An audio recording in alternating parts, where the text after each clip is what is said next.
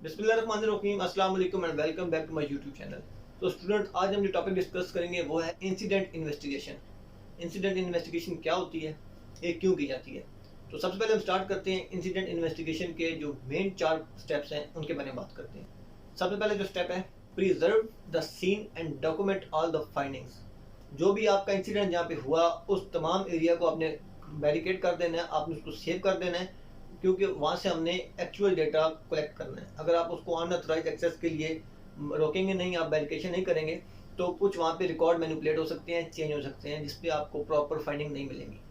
इसके बाद जो सबसे इंपॉर्टेंट चीज़ आएगी, डायरेक्ट कॉज, कि क्या वो एक्चुअल वजह थी जो ऑन ग्राउंड एग्जिस्ट हुई है, जिसके नतीजे में ये इंसिडेंट हुआ है।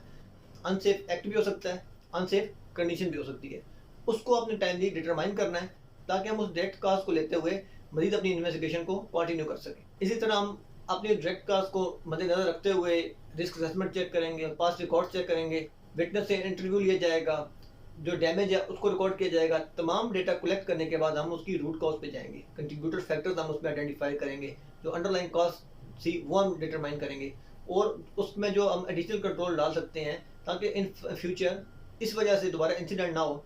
अवॉइडेंस ऑफ रीअकरेंस हम करने के लिए न्यू कंट्रोल इंप्लीमेंट करेंगे और उसको बाद में कम्युनिकेट करना और उसको इंप्लीमेंट करेंगे। तो हमारी incident investigation up to communication of new control तक जाके कंप्लीट होगी।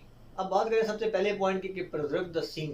जो इंसिडेंट सीन है उसको आपने प्रिजर्व कैसे करना है। सबसे पहले आपने फिजिकली एरिया बैरिकेड कर देना है ताकि किसी किस्म की अनऑथराइज वहाँ पे एक्सेस ना हो सके। आपने तमाम जो अनऑथराइज जो इंसिडेंट रिलेटेड नहीं है, आपने उन तमाम के एक्सेस वहाँ पे रोकना है।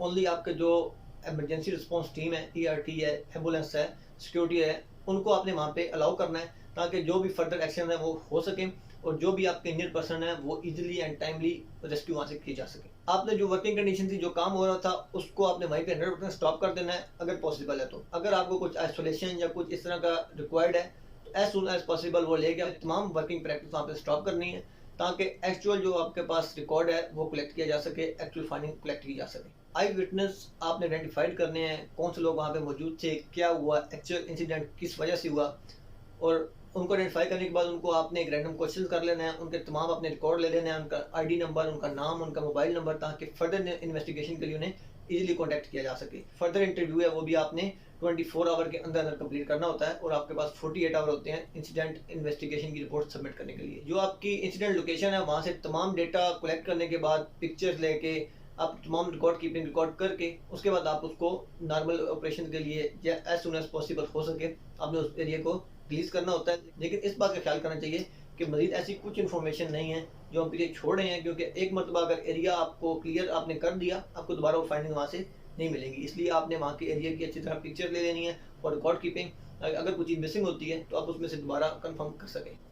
इसके बाद क्या होगा, जब आपकी इन्वेस्टिगेशन एक पूरा प्रोसेस होगा जिसमें आपके पास्ट रिकॉर्ड चेक किए जाएंगे, आपके पास इसका PM होगा, जो PM रिकॉर्ड हैं, ये कुछ क्रेन थी, कुछ टूल थे, उनका लास्ट PM कब हुआ, PM में क्या चीज़ रिप्लेस की गई, कोई डैमेज रिपोर्ट था तो डैमेज किस वजह से हुआ था, तो तमाम अगर कुछ सेफ गार्ड इंप्लीमेंट किया गया, सेफ गार्ड की बाईपास तो नहीं था, जो एम्प्लॉय काम कर रहा था उसका भी रिकॉर्ड चेक करना है, उसकी कंप्लाइंस चेक करनी है, वो SOP ब्रेक तो नहीं करता, उसका जो पास्ट रिकॉर्ड है वो चेक करना है। ये तमाम चीज़ें कंट्रीब्यूटिंग फैक्टर, उसके बाद ये करके आपने इसकी डायरेक्ट हमें मालूम थी वो अनसेफ एक्ट अनसेफ कंडीशन हो सकती है, उसके बाद आपने इसकी रूट कॉज पे जाना है। वो जब रूट कॉज हमें मिल जाएगी तो हमने इस पर एडिशनल कंट्रोल लगाने हैं कि यार ठीक है ये चीज़ हो चुकी है, नेक्स्ट टाइम इसको रीअकरेंस सेव करने के लिए दोबारा ये ना हो, तो कौन से हमने इंप्लीमेंट करने हैं कंट्रोल्स, वो कंट्रोल्स आप सेट करेंगे, आप उसको मैसेज स्टेटमेंट कैसा बनाएंगे, आप रिकॉर्ड कीपिंग करेंगे, उसके बाद आप उसको प्रॉपर कम्युनिकेशन करेंगे मुख्तलिफ मीन ऑफ कम्युनिकेशन से। आया वो मीटिंग हो सकती है, ट्रेनिंग हो सकती है, टूल बक्स टॉक हो सकती है, विजुअल हो सकते हैं, आप स्क्रीन पे लगा दें या आप उसको ऑनलाइन ट्रेनिंग डाल सकते हैं। तो किसी भी तरह आप उनको प्रॉपर्ली कम्युनिकेट करेंगे और उसके बाद दोबारा as per new implement controls आप एम्प्लॉयज़ को ट्रेनिंग देंगे और उसकी इम्प्लीमेंटेशन को यकीनी बनाएंगे। तो ये थी इंसिडेंट इन्वेस्टिगेशन क्या होती है और हमें क्यों करनी चाहिए। उम्मीद करता हूँ आपको ये टॉपिक समझ आ गया होगा। अगर इसमें कोई चीज़ आपको समझ नहीं आई तो आप कमेंट सेक्शन में मुझसे पूछ सकते हैं।